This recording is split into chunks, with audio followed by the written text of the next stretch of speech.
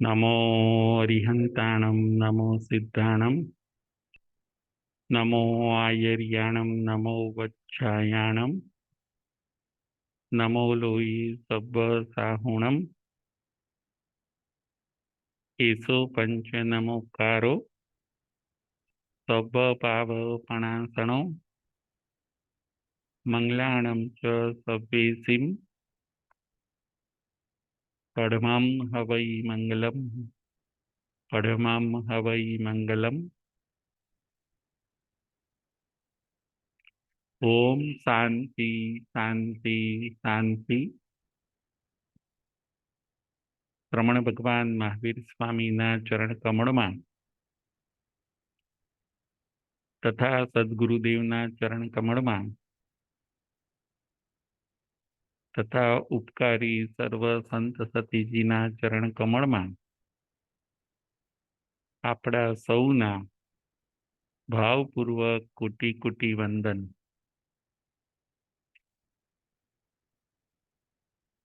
જય જિનેન્દ્ર.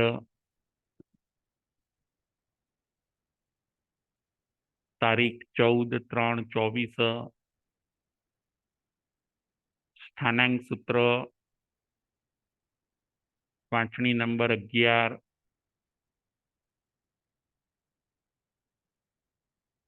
આજનો આપણો વિષય છે 10 પ્રકારની ક્ષેત્રવિદના.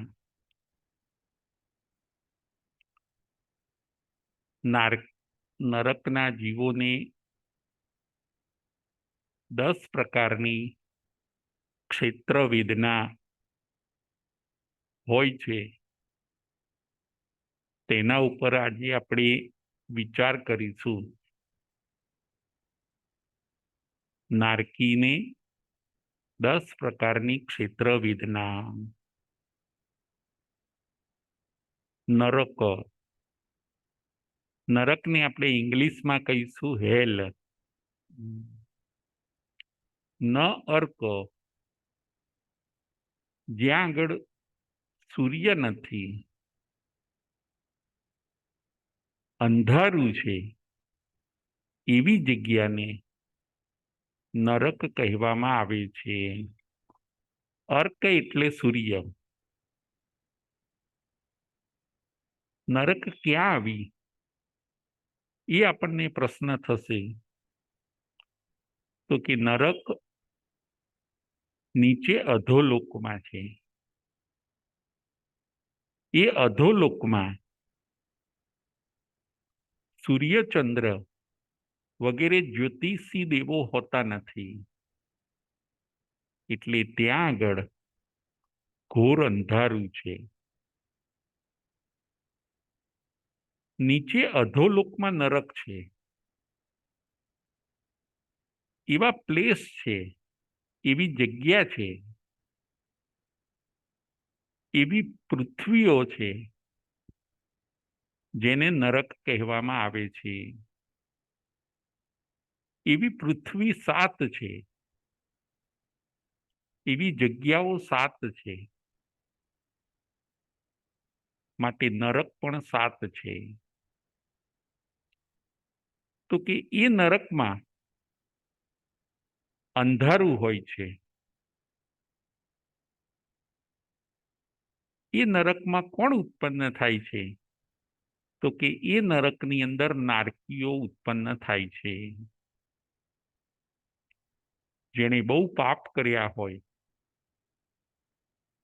એવા જીવો નો બોર્ન નરકની અંદર થાય છે.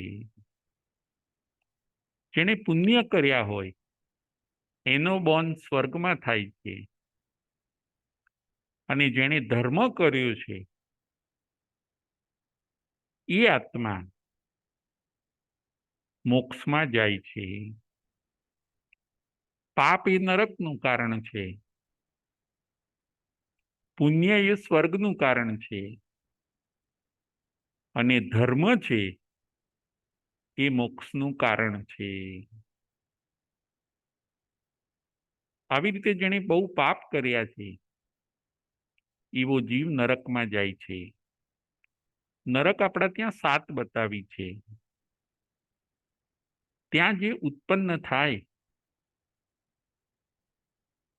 એને ખૂબ વેદના મળે છે, કારણ કે ત્યાંનું એટમોસ્ફિયર, ત્યાંનું વાતાવરણ જ એવું છે કે એ જીવને ખૂબ દુઃખ પડે છે. નારકીઓને 10 પ્રકારની ક્ષેત્ર વેદના હોય છે. આજે એ વિષય ઉપર આપણે સમજવાનું છે. આપણે કલ્પના ન કરી શકીએ, આપણને ધ્રુજારી થઈ જાય એવી ભયંકર અને કાતિલ વેદનાઓ એ નારકીઓ ભોગવે છે. એ નારકીઓ ત્યાં જે ઉત્પન્ન થાય છે એને માતા પિતા હોતા નથી. એ નારકીઓ નરકમાં રહેલી કુંભીમાં ઉત્પન્ન થાય છે. કુંભી એટલે મોટા મોટા પોટ હોય, ઘડા જેવા. એ ઘડામાં એમનો બોન થાય. એ પોટ, એ ઘડાનું મોઢું સાંકડું હોય અને એ ઘડાની અંદર એક સાથે 5, 25, 50 નારકીઓ ઉત્પન્ન થઈ જાય. એમને પરમાધામી દેવો સાણસો નાખીને એ કુંભીમાંથી બહાર કાઢે છે. સાણસો નાખીને એમને પકડે અને પછી બહાર કાઢે. એમની કાયા તરત 32 વર્ષના યુવાન જેવી હોય. કુંભીમાંથી બહાર નીકળતા જેવા એમને સાણસામાંથી છોડવામાં આવે એટલે એ ભાગા ભાગને ચીસા ચીસ કરીને દોડવા લાગે છે. નારકીઓને માતા પિતા હોતા નથી. નારકીઓને બાળપણ પણ હોતું નથી. સીધા આપણી જેમ 32 વર્ષના યુવાન જેવા થઈ જાય. મન હોય, સમજ હોય. અચાનક ક્યાંથી અહીં આવી ગયા અને અચાનક દુઃખમય પરિસ્થિતિમાં આપણે ક્યાંથી આવી ગયા એની કાગા રોડ કરતા, બૂમા બૂમ અને ચીસા ચીસ કરતા ભાગમ ભાગ કરે છે. એમને એમના કર્મોનો આજે વિપાક મળે છે. એમનું કર્મ આજે ઉદયમાં આવી ગયું. એમણે નરક ગતિ બાંધી હોય છે અને નરકનું આયુષ્ય બાંધ્યું હોય છે. જે કર્મ સત્તાએ આજથી હવે એમને ફળ આપવાનું ચાલુ કરી દીધું. એ લોકો ભાગાભાગ કરે છે. નારકીઓને 10 પ્રકારની ક્ષેત્ર વેદના હોય છે. જેમ જુઓ, કોઈક એમને એ નરક જેલ જેવી લાગે. આપણે જુઓ, અહીંયા જેલ હોય. કોઈક માણસ કાયદાનો ભંગ કરે તો એને જેલની સજા થાય છે. જેલમાં જેમ વેદના હોય છે, દુઃખ હોય છે, એવી રીતે આ નરકમાં પણ વેદના અને દુઃખ હોય છે. કોઈ માણસે કાયદાનો ભંગ કર્યો, કોઈ માણસે કોઈનું મર્ડર કર્યું, કોઈ માણસે કંઈ ગુનો કર્યો તો એને જેલમાં રાખવામાં આવે છે. એને ફાંસીની પણ સજા કરવામાં આવે છે. જેલ એ સજાનું સ્થાન છે. તેવી જ રીતે નરક પણ સજાનું સ્થાન છે. જેલમાં જેમ ગુનેગારને પનિશમેન્ટ આપવામાં આવે છે, એવી જ રીતે નરકની અંદર પણ એ નારકીના જીવને પનિશમેન્ટ આપવામાં આવે છે. એમાંથી એને છુટકારો ન મળે. જેલમાં જોજો તકલીફો હોય છે, જેલમાં અસુવિધાઓ હોય છે, જેલમાં મચ્છર હોય, જેલમાં ગંદકી હોય, જેલની અંદર જે તે ખાવું પડે, જ્યાં ત્યાં સૂવું પડે, જેલની અંદર એક કેદીને બીજા કેદીઓનો ત્રાસ રહેતો હોય. બસ આવું જ સ્વરૂપ 7 નરકનું છે. નરકને શેની સાથે સરખાવવામાં આવી? તો કે જેલ સાથે સરખાવવામાં આવી. જેલમાં કોણ જાય છે? જે કાયદો તોડે છે, રૂલ્સને તોડે છે, એ જેલમાં જાય છે. નરકમાં કોણ જાય છે? તો કે જે કર્મનો કાયદો તોડે છે, જે પાપ કરે છે, જે હિંસા કરે છે, એવા જીવો નરકની અંદર જાય છે. નરકની અંદર જેમ પરમાધામી હોય છે, એમ જેલની અંદર જેલરો હોય છે. એ જેલરો કેદીને ત્રાસ આપતા હોય, કેદીને સજા કરતા હોય. એ જેલરો કેદી પાસે ગજા બહારનું કામ કરાવે છે. એ લોકો દયા પણ ખાતા નથી. જેલરોની દયા પણ ઘણીવાર ન આવે. એ એમ કહે કે તમે ગુનો શું કરવા કર્યો? હવે તમે કર્મ કર્યું છે તો તમે ભોગવો. બસ આવું જ નરકમાં છે. નરકમાં પણ પરમાધામી દેવો નારકીને ખૂબ દુઃખ આવે, ખૂબ દુઃખ આપે છે.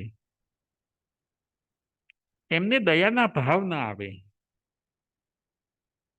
જેમ જેલર પોતાની ડ્યુટી બજાવે, એવી રીતે પરમાધામી દેવો પણ પોતાની ડ્યુટી બજાવતા હોય છે.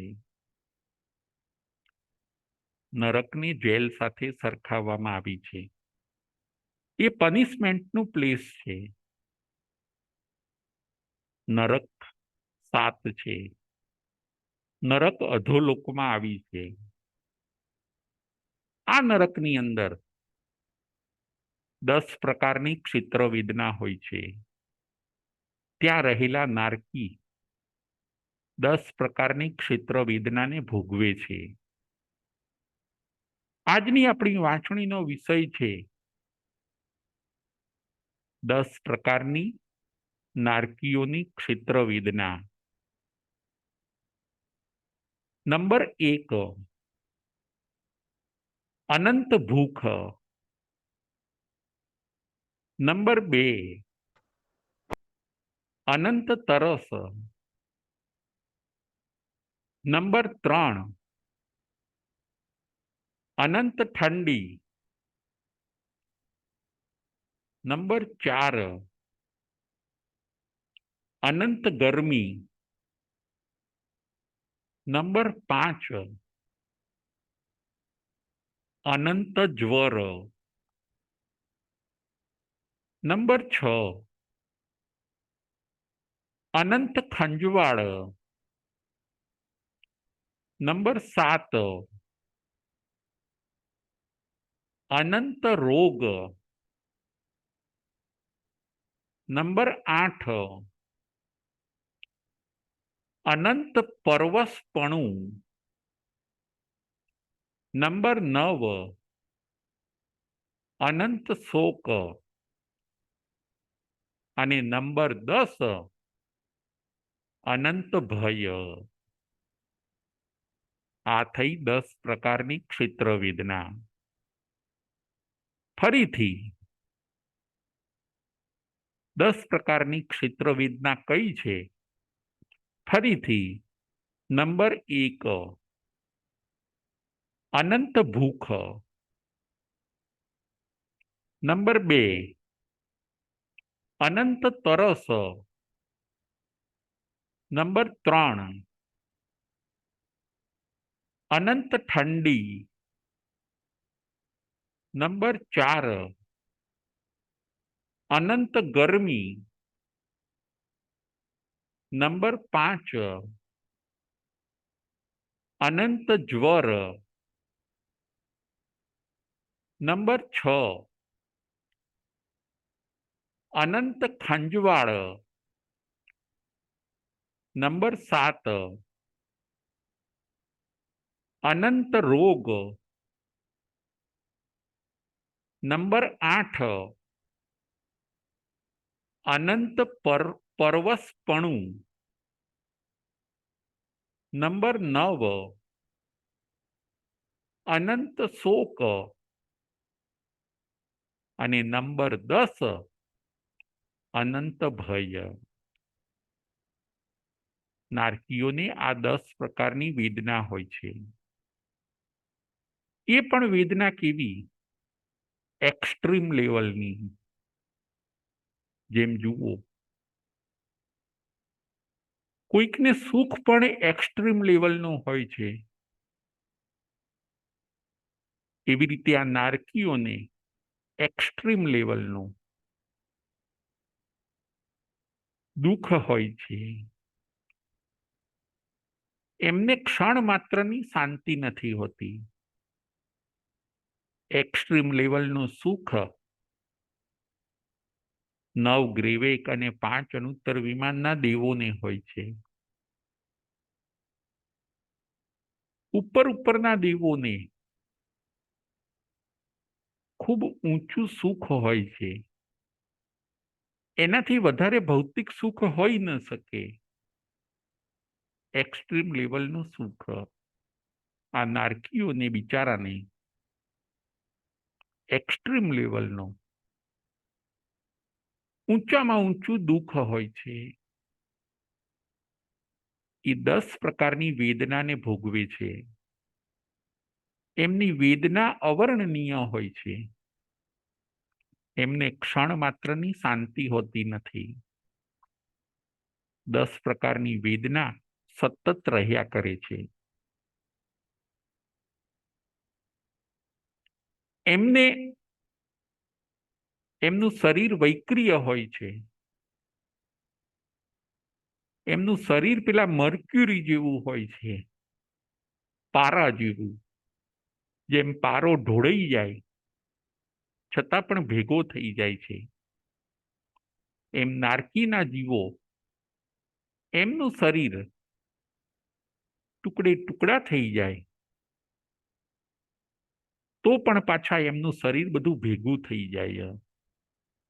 એમનું શરીર મર્ક્યુરી જેવું હોય છે, પારા જેવું હોય છે.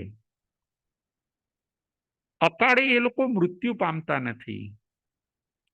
જેટલું આયુષ્ય હોય એટલું ભોગવવું જ પડે. આટલી વેદના એમને પડે છે, આટલી વેદના ભોગવે છે, છતાં એ લોકો અકાળે મૃત્યુ ન પામે. એમનું આયુષ્ય વચ્ચે તૂટે નહીં. નારકીઓના અને દેવના આયુષ્ય એવા હોય છે. મનુષ્ય અને તિર્યંચના આયુષ્ય વચ્ચે તૂટી શકે, પરંતુ નારકી અને દેવના આયુષ્ય વચ્ચે તૂટતા નથી. જેટલું આયુષ્ય હોય એટલું કમ્પલસરી ભોગવવું પડે. પરમાધામી દેવો પણ દુઃખ આપે. 10 પ્રકારની ક્ષેત્ર વેદનાથી પણ દુઃખી થાય, છતાં પણ એમણે આયુષ્ય ભોગવવું જ પડે. નારકીનું આયુષ્ય કેટલું હોય છે? આપણને એ પ્રશ્ન થાય કે નારકીનું આયુષ્ય કેટલું હોય છે? તો કે નારકીનું આયુષ્ય જગન્ય 10,000 વર્ષ અને ઉત્કૃષ્ટ 33 સાગરોપમ હોય છે.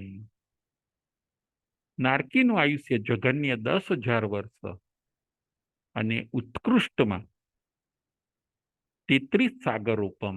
7મી નરકનું ઉત્કૃષ્ટ આયુષ્ય 33 સાગરોપમ. જેમાં હજારો વર્ષો, લાખો વર્ષો નીકળી જાય. આ એમના લાંબા આયુષ્ય હોય છે. એ નારકીને 10 પ્રકારની કઈ વેદના મળે છે એના ઉપર આપણે હવે વિચાર કરીએ. પ્રથમ વેદના છે અનંત ભૂખ. એ નારકી જીવ જે આપણા જેવો જ હોય છે, આપણી જેમ જ એને હાથ પગ હોય, 5 ઇન્દ્રિય હોય, દેખાવ પણ આપણા જેવો જ હોય, એ પણ પંચેન્દ્રિય, સંજ્ઞી પંચેન્દ્રિય, મનવાળું પ્રાણી હોય છે,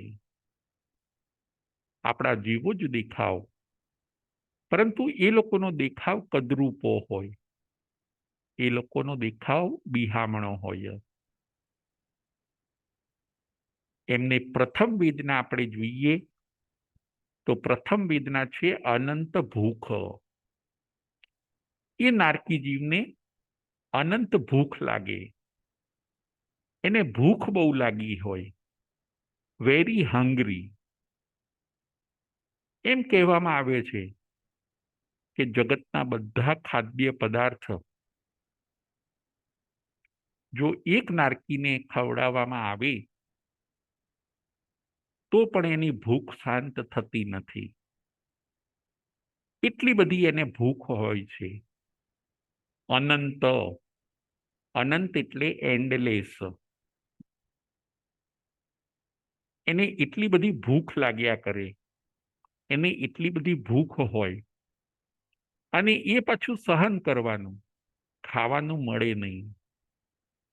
જેમ જેલમાં કેદીને પૂરતું પોષણ નથી મળતું, એવું જ અહીંયા નરકમાં નારકીને હોય છે. અનંત ભૂખ, એના પેટમાં એને ભૂખ લાગે, એ પણ એન્ડલેસ. આ થઈ પ્રથમ વેદના. બીજી વેદના છે અનંત તરસ. એને તરસ બહુ લાગે. જેમ આપણને કોઈ વાર તરસ લાગી હોય અને વધુ પાણી પીએ છીએ, એમ નારકીને અનંત તરસ હોય. શાસ્ત્રમાં એમ કીધું કે જગતના બધા સમુદ્રનું પાણી જો એક નારકીને પીવડાવવામાં આવે તો પણ એની તરસ શાંત થતી નથી. એને એટલી બધી તરસ લાગેલી હોય છે. કર્મનો પણ પ્રભાવ છે, અને એ પ્લેસ, એ જગ્યા પણ એવી છે કે ત્યાં આગળ પાણીનું ટીપું પણ એ લોકોને મળતું નથી. આ બધી પ્લેસ છે.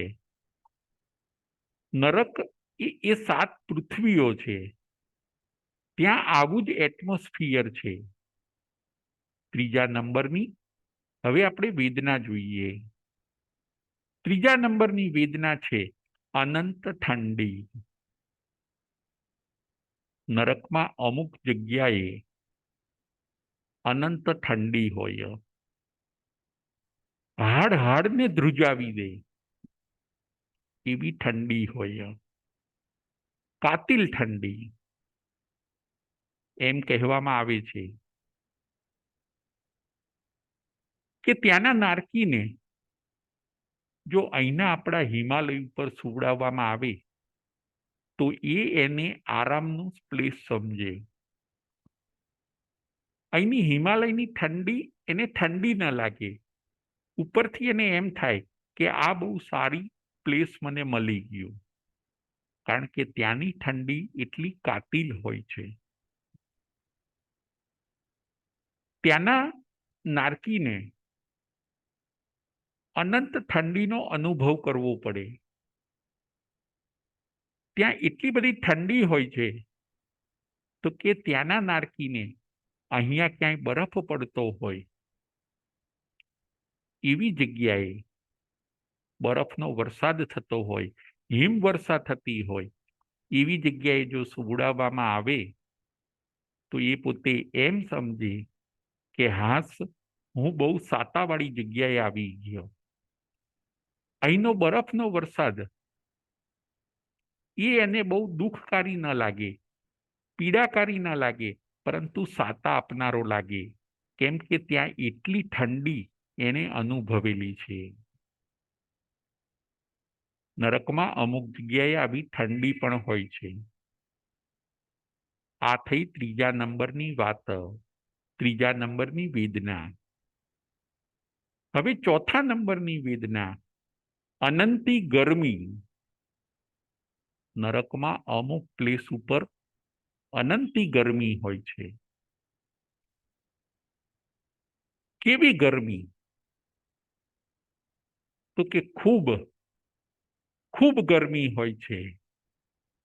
એ પણ કેવું? તો કે શાસ્ત્રમાં કીધું કે કોઈક લોખંડનો ગોળો હોય, એ લોખંડના ગોળાને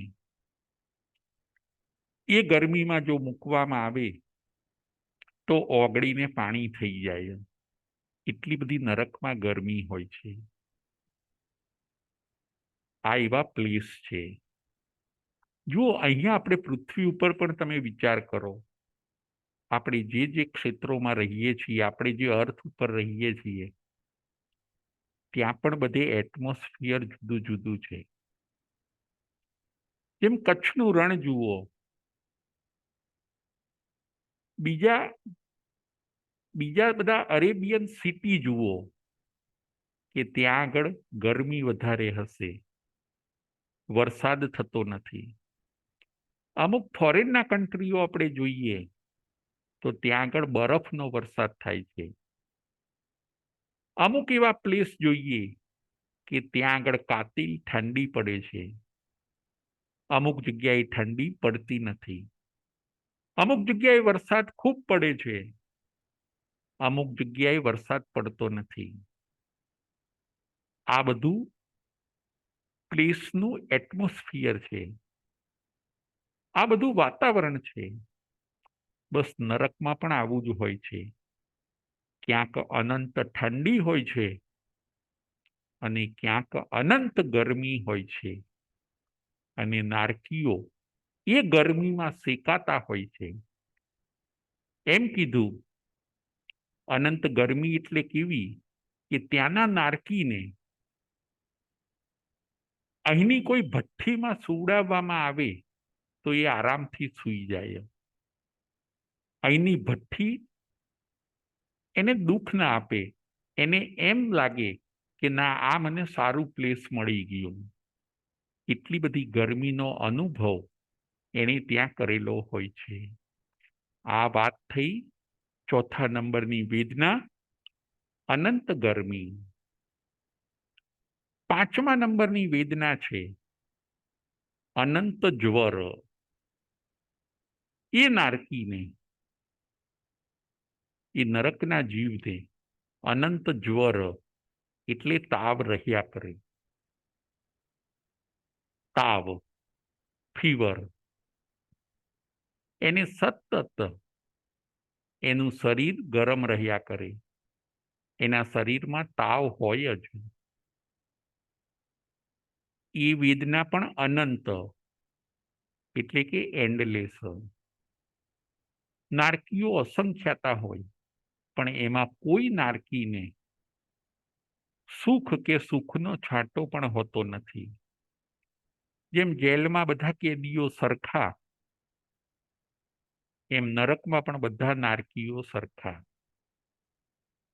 તીર્થંકર ભગવંતોના કલ્યાણક વખતે ખાલી એક ક્ષણવાર માટે આ નરકની અંદર પ્રકાશ થતો હોય છે. બાકી આ નરકોની અંદર ઘોરાતી ઘોર અંધારું હોય છે. પાંચ વેદના આપણે જોઈએ. હવે નારકીને છઠ્ઠી વેદના કઈ હોય છે? તો કે અનંત ખંજવાળ. એ નરકના જીવને છઠ્ઠી વેદના છે અનંત ખંજવાળ, એટલે કે શરીરે ખંજવાળ આવ્યા કરે. આખા શરીરે ખંજવાળ આવ્યા કરે. કોઈ વાર પગે ખણ આવે, કોઈ વાર હાથે, કોઈ વાર પીઠમાં, કોઈ વાર પેટ ઉપર, કોઈ વાર પગ ઉપર. એ પોતે એટલું ખણે કે એની ચામડી ઉખડી જાય, એનું શરીર ફૂલાઈ જાય, એટલી બધી એને ખંજવાળ આવે. ખુજલીનો રોગ. આવી ખંજવાળ પણ અનંત હોય છે. આ થઈ નંબર 6 નંબરની વેદના. હવે વેદના નંબર 7, અનંત રોગ. એ નારકીઓને શરીરમાં ઘણા બધા રોગ હોય છે, સતત રોગ હોય. કયા રોગ? તો કે શ્વાસનો રોગ હોય, દમનો રોગ. એ નારકીને શ્વાસ લેવામાં પુષ્કળ શ્રમ પડતો હોય. એક નારકી હાંફતા હોય, શ્વાસ લેવામાં એમને ખૂબ તકલીફ પડે. શ્વાસનો રોગ. ધમણની માફક એમનો શ્વાસ ચાલે, જોનાર જોઈ ન શકે એવી રીતે એનો શ્વાસ ચાલતો હોય. શ્વાસનો રોગ. બીજો જલોદરનો રોગ. જલોદર એટલે પેટ મોટું થઈ ગયું હોય, એ છે જલોદરનો રોગ. ઉધરસ, શરદી, આ બધા એને રોગ હોય છે. સૂળનો રોગ. સૂળનો રોગ પણ બતાવ્યો કે પેટની અંદર સતત ચૂંક આવ્યા કરે, એ બંધ જ ના થાય. પેટમાં સતત ચૂંક આવ્યા કરે, સૂળનો રોગ. આવી રીતે આ બધા મોટા રોગ બતાવ્યા. હવે નાના રોગ કેટલા હોય છે એની આપણે સંખ્યા કહું કે એક નારકીના શરીરમાં નાના રોગ કેટલા હોય છે?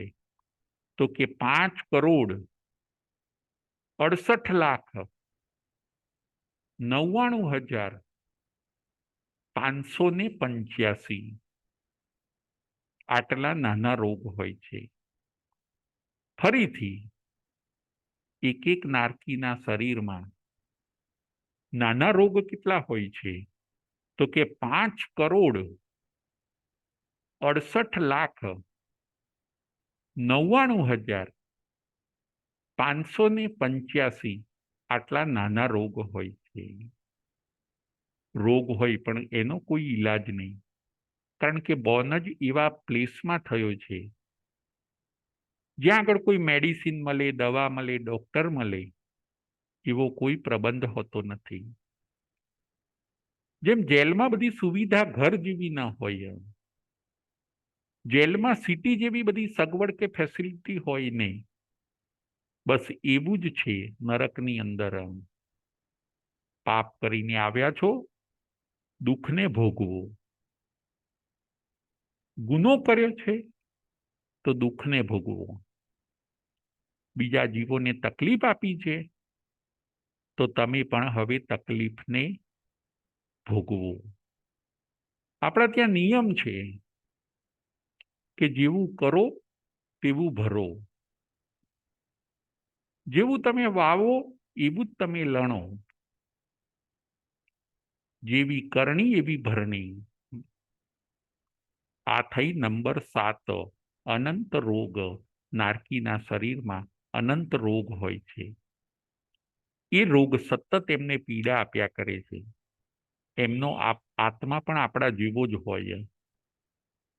રડે, ચીસો પાડે, બૂમાબૂમ કરે, વળી પાછી ઊંઘ આવે, સૂઈ જાય. ક્ષણ માત્ર ઊંઘ આવે, પાછી વેદના જેટલી હોય કે ઊંઘ પૂરેપૂરી આવે ને, આંખો તો સૂજી ગઈ હોય. શાસ્ત્રમાં નરકની વેદનાઓનું આવું વર્ણન બતાવ્યું છે. આ થઈ નંબર 7, અનંત રોગની વાત. નંબર 8 છે અનંત પરવશપણું. નારકીને પરવશતા લાગ્યા કરે. ડિપેન્ડન્ટપણું, એને સતત ફીલ થયા કરે કે હું પરવશ છું, હું લાચાર છું, મારું રક્ષણ કરનાર કોઈ નથી, મને બચાવનાર કોઈ નથી. એ તો ભલે, પણ મને આશ્વાસન આપનાર પણ કોઈ નથી. એમ સતત એને ફીલ થયા કરે. પરવશપણું. 8મા નંબરની વેદના છે અનંત પરવશપણું. એને એકલતા લાગે, એને પરવશતા લાગે, મારું કોઈ શરણરૂપ નથી, એવું સતત દિવસ રાત એને ફીલ થયા કરે છે. નંબર 9 છે અનંત શોક. એ નારકીનો જીવ ચિંતા કર્યા કરે, એને સતત ચિંતામાં રહે. હવે ક્યારે મારું આયુષ્ય પૂરું થશે, હવે ક્યારે હું આ દુઃખમાંથી છૂટીશ. એને સતત ચિંતા, આર્ત ધ્યાન અને રૌદ્ર ધ્યાન ત્યાં થયા કરે. આ વેદનામાં પણ એ શેકાયા કરે, આ વેદનાને પણ એ વેદે. આ હતી નંબર 9 વેદના, અનંત શોક. અને 10 વેદના છે અનંત ભય. એ નારકીને ભય અનંત હોય છે, એટલે ભય લાગ્યા કરે, એને ડર રહે કે મારું શું થશે, હમણાં કોઈ મને મારવા તો નહીં આવી જાય ને, હમણાં કોઈક મુશ્કેલી બીજી આવી તો નહીં જાય ને. એવો સતત એને ભય રહ્યા કરે. હમણાં પરમાધામી તો આવશે નહીં ને, હમણાં બીજા નારકી તો મને પીડા કરશે નહીં ને, હવે અહીંથી મારે ક્યાં જવું. આવો સતત એને ભય પણ રહ્યા કરે. એ પ્લેસ એવું છે કે ત્યાં એ પોતે નિર્ભય ન રહી શકે, અભય ન રહી શકે, સતત ભયમાં રહે. જેમ જુઓ કોઈક બર્ડ હોય, એ બર્ડને ડોગનો ભય રહ્યા કરે કે મને પકડી તો નહીં લઈ ને. એવી રીતે આ નારકીઓ પણ સતત ભયમાં રહેતા હોય છે, અભય કે નિર્ભય હોતા નથી. એક મુશ્કેલીમાંથી અમે બીજી મુશ્કેલીમાં તો નહીં આવી જઈએ ને, આ મુશ્કેલીમાંથી બીજી મુશ્કેલીનો અમે ભોગ નહીં બનીએ ને, એનો સતત એને ભય રહ્યા કરે. આ હતી નંબર 10 વેદના. આજનો આપણો વાંચણીનો વિષય હોય છે નારકીઓની 10 પ્રકારની વેદના. નારકીઓને ક્ષણ માત્રનું સુખ હોતું નથી. જેમ જુઓ કોઈક માણસ ઝૂંપડપટ્ટીમાં રહેતું હોય, ગરીબીમાં જીવતું હોય, એને સુખ ક્યાંથી હોય, એને ભૌતિક સુખ બિચારાને કેવી રીતે હોય. બસ નારકીઓને પણ કોઈ ભૌતિક સુખ નથી. એમનો બોન એવી જગ્યાએ થઈ ગયો કે ત્યાં આગળ એમણે વેદનાઓને સહન કરવી પડે. કોઈક પશુ પક્ષીઓ હોય, એનો ક્યાંય રણમાં જન્મ થયો તો હવે એને ત્યાં પાણી નહીં મળવાનું, અથવા તો કોઈ પક્ષી રણમાં ભૂલું પડ્યું તો એને ત્યાં પાણી નહીં મળે, તરસની વેદના એને ભોગવવી પડે. કોઈક ઠંડા પ્રદેશોમાં કોઈકનો બોન થયો તો ત્યાં એને ઠંડીને સહન કરવી પડશે. જેવું જેવું ક્ષેત્ર એવી એવી વેદના. આ નારકીઓને પણ એવું જ હોય છે. જે ક્ષેત્રોમાં જે નારકીઓ હોય છે ત્યાં આગળ ક્ષેત્ર પ્રમાણે એને વેદનાનો સામનો કરવો પડે છે. ત્યાં સુવિધા, સુખ કે ભૌતિક સાધનો હોતા નથી. શાસ્ત્રની અંદર નરકનું આવું વર્ણન બતાવવામાં આવ્યું છે. દરેક ધર્મ નરકને માને છે.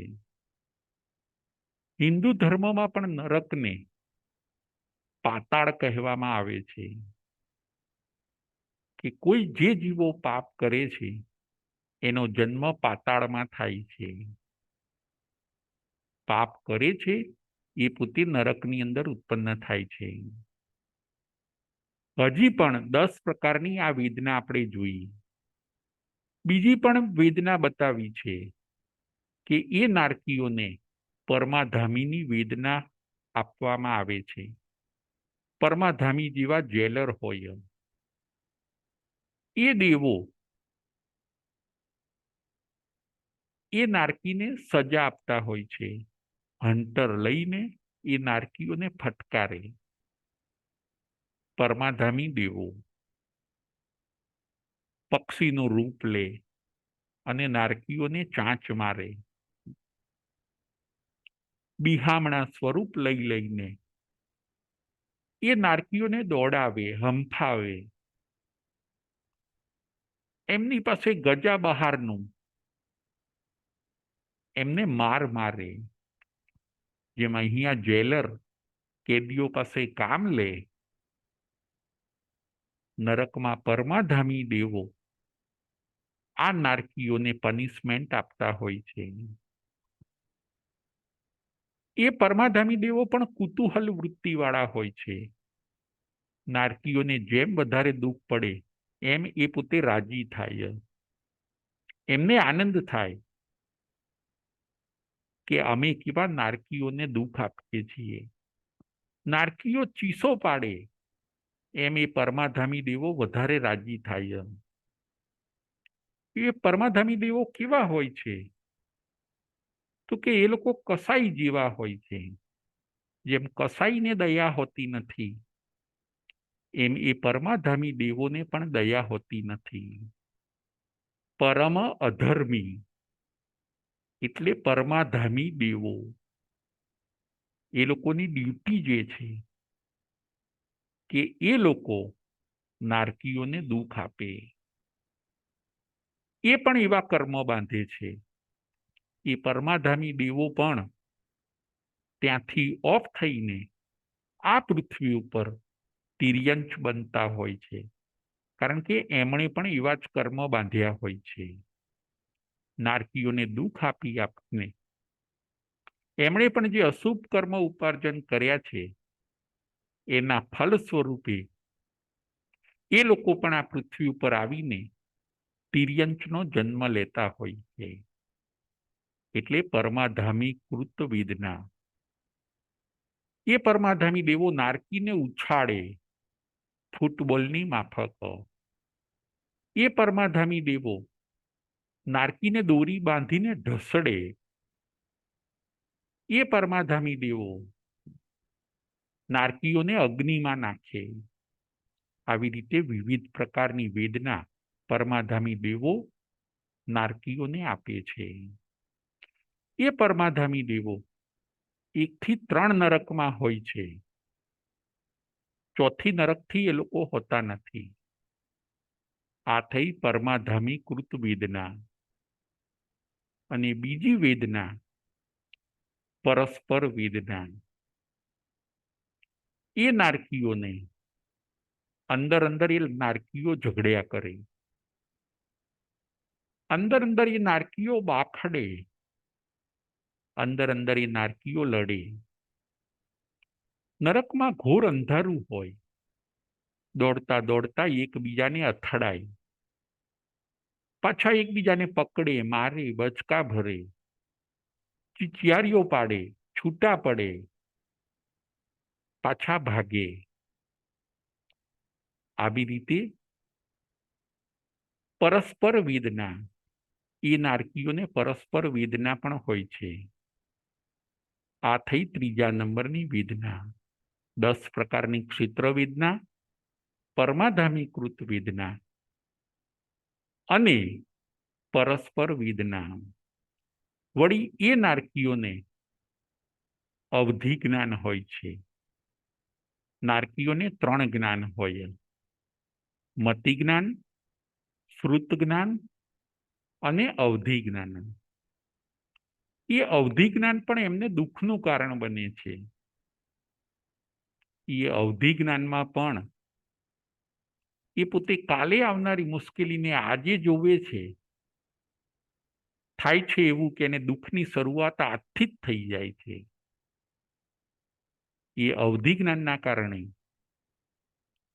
એ વિભંગ જ્ઞાનના કારણે એમને જો કોઈ કાલે મારવા આવવાનું હોય,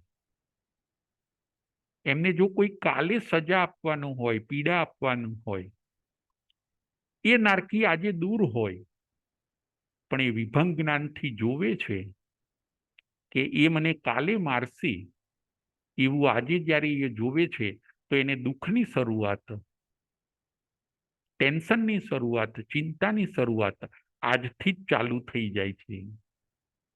એટલે આપણે ત્યાં કીધું કે એનું અવધિ જ્ઞાન કે વિભંગ જ્ઞાન પણ એ નારકીને સુખનું કારણ નથી બનતું, સાતાનું કારણ નથી બનતું, પરંતુ મુશ્કેલી જોઈને અને એ અવધિ જ્ઞાન કે વિભંગ જ્ઞાન પણ એને દુઃખનું કારણ બને છે. નરકની 10 પ્રકારની વેદના આપણે જોઈએ.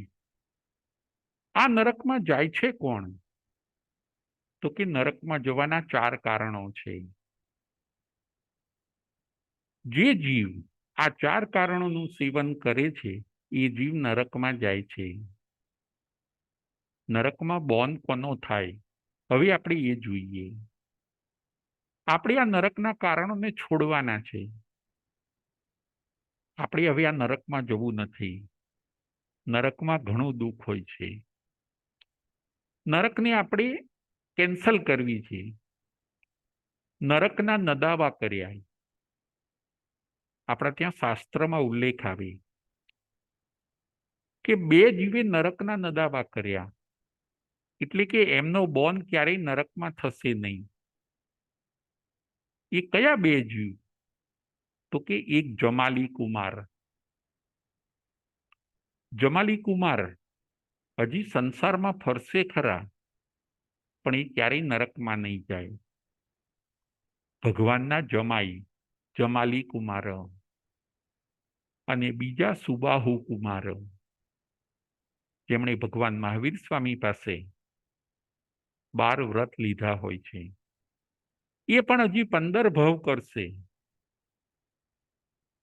પરંતુ નરક અને તિર્યંચ ગતિમાં જશે નહીં, કારણ કે પાપ થવાનું નહીં. જો રીઝન નથી તો પછી રિઝલ્ટ ક્યાંથી હોય? એટલે જમાલી કુમાર અને સુબાહુ કુમાર એ પોતે નરકમાં જશે નહીં.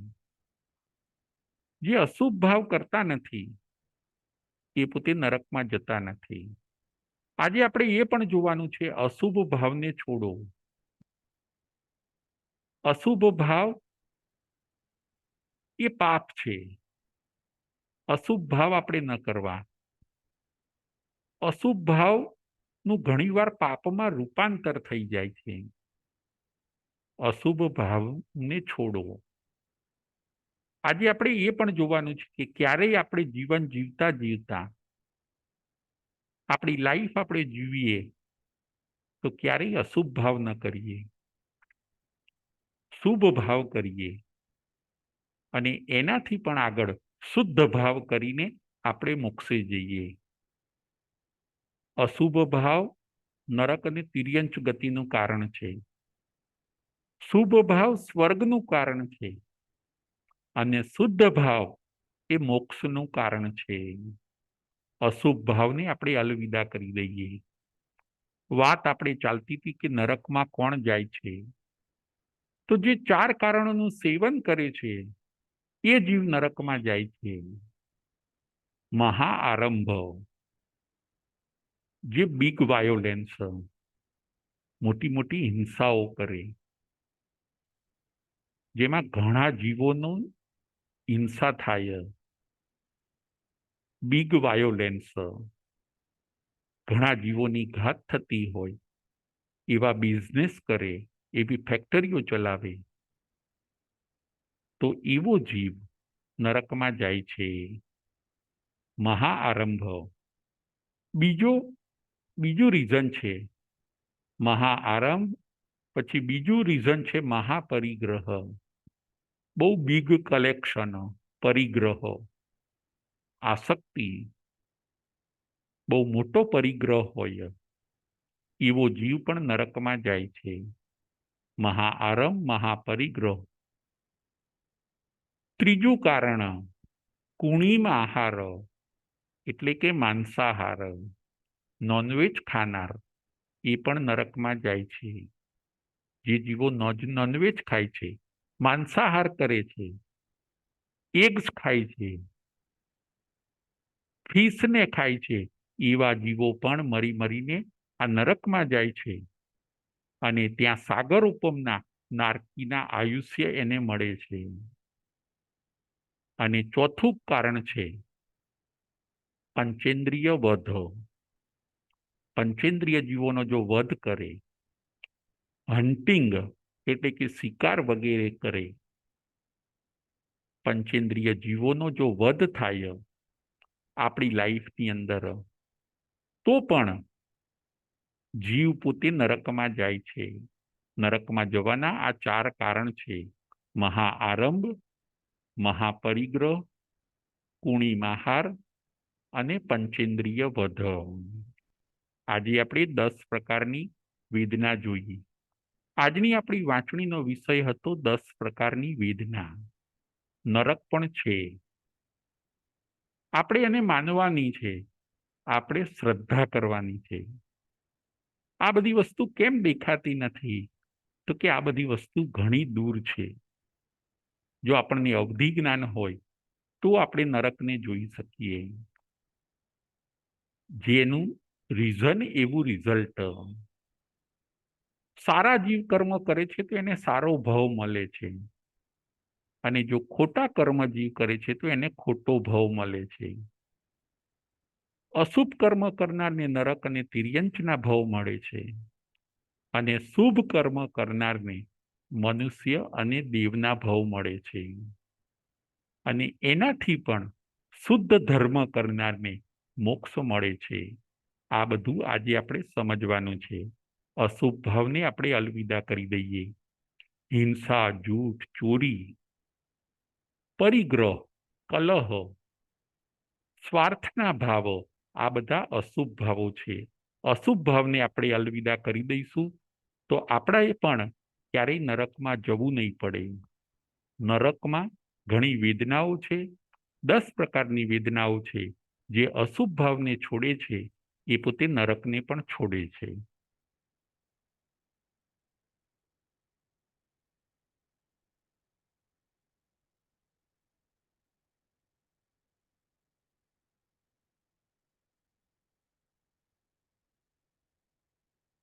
પ્રશ્નોત્તરી.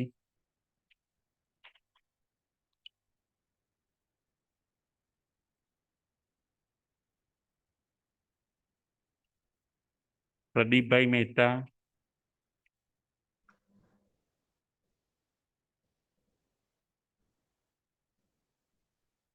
પ્રદીપભાઈ મહેતા.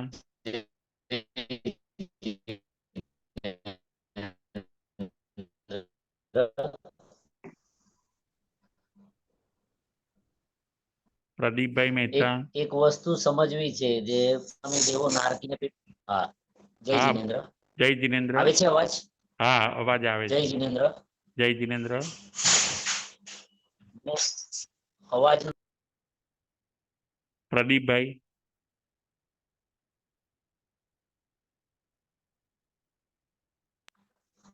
હા, જય હા, જિનેન્દ્ર. જય જિનેન્દ્ર. બોલો પ્રદીપભાઈ. હા. પરમાગામી દેવો જે નારકીને પીડા આપે, અથવા આપસમાં બી લોકો લડીને જે શરીરનું છૂટું પડી જાય, પારાની જેમ તમે કીધું ભેગું થઈ જાય, પણ જેનું શરીર એની સાથે જોડેલા પોતાના શરીર સાથે એક જે મિનિટ. ટુકડા ગમે તે માટે અવાજ આવડા બીજા બીજા અવાજ ક્લિયર નથી આવતો, અવાજ ક્લિયર. હા પ્રદીપભાઈ. હા, હવે આવે છે? ના, હજી પ્રદીપભાઈ, હા હવે આવે છે, બોલો બોલો. આ તો ખ્યાલ નથી, નેટવર્ક. અવાજ આવતો નથી હજી પ્રદીપભાઈ.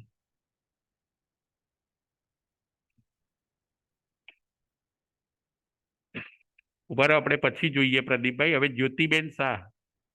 જ્યોતિબેન શાહ. જય જિનેન્દ્રભાઈ. જય જિનેન્દ્ર. બોલો બોલો. મને છે ને પરિગ્રહ વિશે જાણવું છે કે પરિગ્રહ કેટલી જગ્યાએ ગણાય, કારણ કે પરિગ્રહ તો આપણે કશું બાય કર્યું હોય, પરિગ્રહ આપણે ભેગું કર્યું હોય, બધું પરિગ્રહ, પણ સંસારની અંદર જરૂરિયાત પ્રમાણે પણ જરૂર હોતી હોય છે ને. બરાબર છે. એટલે ઘણીવાર એમ કીધું જ્યોતિબેન કે તમે જરૂરિયાત પૂરતું રાખો એ તમારી જરૂરિયાત છે, પણ જો વધારે બહુ પરિગ્રહ હોય અને ખાલી એ પરિગ્રહ પડ્યો જ રહેતો હોય ને જો આપણે શેર કોઈને કરીએ નહીં અને બરાબર. અને પાછો વધારે જ કરીએ કે આપણી પાસે ઘણીવાર લાખો રૂપિયા હોય તો પણ હજી હું એને વધારું, આપણને કોઈ સેટિસ્ફેક્શન જ ન રહેતું હોય, અને એના માટે આપણે વાયોલેન્સ, એક ફેક્ટરીમાંથી બીજી ફેક્ટરી, એવી રીતે આપણે ટ્રાય કર્યા કરીએ અને વાયોલેન્સ ને બધું ઇગ્નોર કરીએ અને પરિગ્રહ વધારે જઈએ આપણે, તો એ પછી રીઝન બની જાય છે નરકનું. એ કારણ કે પરિગ્રહ કલેક્શન થશે શેનાથી કે ઘણું આપણે એના માટે આરામ સમારંભ કરવો પડે, બિઝનેસ ચલાવવા પડે, અને એ બધું છકાઈ જીવના આરામ સમારંભથી થાય છે બધું, કારણ કે પૈસો વાયોલેન્સ વગર આવતો નથી. બરાબર. એટલે એટલે જરૂરિયાત પૂરતું રાખે અને સેટિસ્ફેક્શનમાં આવી જાય ત્યાં સુધી બરાબર છે, પણ જો એને ઓછું જ પડે અને હજી મારે વધારે જોઈએ છીએ તો એને પરિગ્રહ કીધો.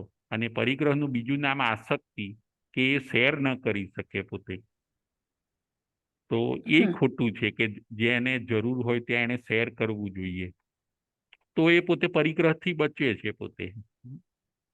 પણ શેર પર ન કરે, કોઈને આપે પણ નહીં, સેટિસ્ફેક્શન નથી, તો પછી તમે પરિગ્રહને બહુ જ પરિગ્રહ સાથે બહુ જ તમારે એટેચમેન્ટ છે એવું નક્કી થઈ ગયું પછી. બરાબર, પણ આપણને સમજ ના હોય ત્યાં સુધી આપણે પરિગ્રહ કર્યો હોય હા તો એનું પણ એટલું જ પાપ સમજ્યા હા. પછી આપણે કર્યું હોય, બધું કળી નાખીએ, બધું આપણે એના માટે ક્ષમાપના કરીએ તો શું થાય? બરાબર છે. એટલે સમજ નથી તો પણ આપણે કરીએ તો પણ એટલું જ પાપ લાગે છે આપણને, કારણ કે આપણે જ્ઞાન પેલું કહેવાય ને કે આપણે કોઈ રૂલ્સ તોડે અને પછી કે ભાઈ એને ખ્યાલ નતો એ, બરાબર. પણ એની પહેલી ડ્યુટી બને છે કે એને રૂલ્સને જાણી લેવા જોઈએ, પછી બધું કરવું જોઈએ. અરે માનો એટલે એને જ્ઞાન પહેલા લેવું જોઈએ કે આ હું કરું ન કરું, અને પછી અને જાણ્યા પછી તો ઓલવેઝ એને પરિગ્રહનો પછી ત્યાગ કરવો જોઈએ. માનો કે ખ્યાલ આવ્યો એટલે જ્યોતિબેન? તમે ત્યાગ કરી દો, લાઈક અત્યારે બધી વસ્તુનો ત્યાગ કરી દીધો, પણ ધીમે ધીમે તમે બધું ડિઝોલ્વ કરી દો કે પછી સીધો ત્યાગ કરીને છોડી દો બધું? હા, ઘણા એવું એ કરતા હોય છે કે ભાઈ ઘણા મુમુક્ષુ હોય તો પરિગ્રહનો ત્યાગ કરી દેતા હોય છે, અને શ્રાવક જીવનમાં એમ કીધું કે તમે ધીરે ધીરે છોડો, અથવા તો એટેચમેન્ટ તો છોડો જ હવે, કે ભાઈ આ કોઈને જરૂર હશે તો હું આપીશ, કોઈને વાપરવા આપો. તમે બરાબર. તમે વસ્તુ કાયમ માટે ના છોડી દો તો યુઝ કરવા તો આપો તમે, તોય તમારું એટલું એટેચમેન્ટ ઓછું થશે. ઓકે, એટલે પરિગ્રહ એટલે તમે પરિગ્રહ બરાબર છે, પણ આસક્તિ છોડી દો તો બી હા ફેર તો પડે જ. હા, આસક્તિ તમે છોડી દો પછી તમારી પાસે બધું છે, તો એ તો એક પુણ્યના કારણે તમારી પાસે છે, પણ એમાંય ઘણા લોકો પોસાઈ જાય છે તો તમને પુણ્ય બંધાવવાનું પછી યાર. ઓકે, એટલે તમે એને કહો કે ભાઈ મારે કઈ લેવા દેવા નથી આની સાથે, જ પડ્યું રહ્યું છે તો પડ્યું રહેવા દો, તો ચાલે બરાબર, ને? એ ચાલે. પ્રમાણે હા, આપણે અને એની બહુ પેલું જોવાનું ને બધું મગજમારી નહીં કરવાની. નહીં કરવાની. અને કે ભાઈ હવે એ તો બધા ઘરનાને જોઈએ, ઇવન બહારનાને જોઈશે તો પણ હું આપીશ એ રીતનું. મારે મારું ફોકસ મારા ધર્મમાં ને એમાં રાખવાનું છે. હવે આટલું જે મારી પાસે છે એનાથી મને સંતોષ છે. એમ બરાબર. એમ કરીને વધારે જોઈએ એ ભાવનામાંથી બહાર નીકળી જવાનું છે. Okay, hmm. થેન્ક યુ ભાઈ. જય ઓકે, જિનેન્દ્ર. જય જિનેન્દ્ર. હવે આગળ કોઈને પ્રશ્ન પૂછવો છે? પ્રદીપભાઈ મહેતા.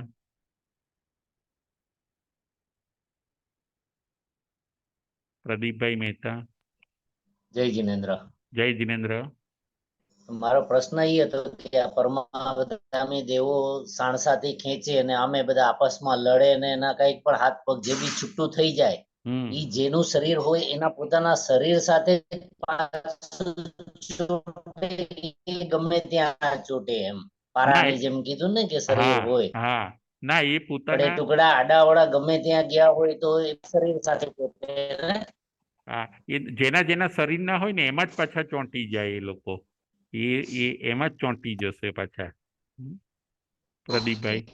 ઓકે, બરાબર બરાબર. એ હમ. કન્ફર્મ કરવું હતું ખાલી કે ટુકડા તો હા ઘણા બધા થઈ જાય બધાના, હા પણ એ એમ જ પાછા સમજવા માટે. બરાબર છે. ના બરાબર છે.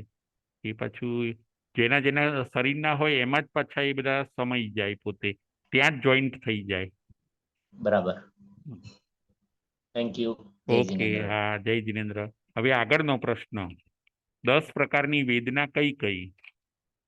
10 પ્રકારની વેદના કઈ કઈ? બીનાબેન શેઠ. જય જિનેન્દ્ર. જય જિનેન્દ્ર. 10 પ્રકારની ક્ષેત્ર વેદના છે.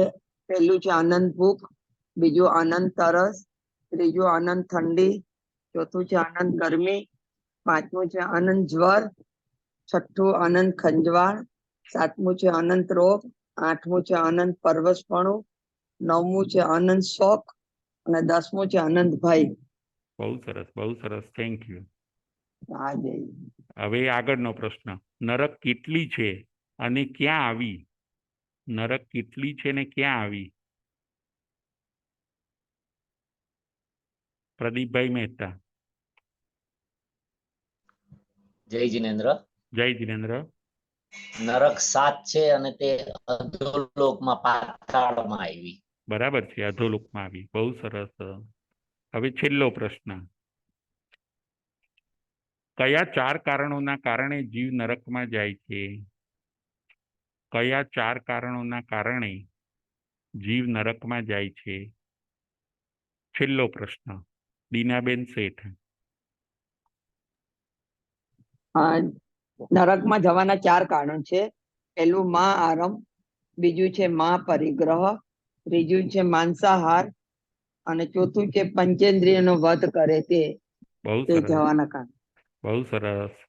Thank you. જય જિનેન્દ્ર. જય મહાવીર.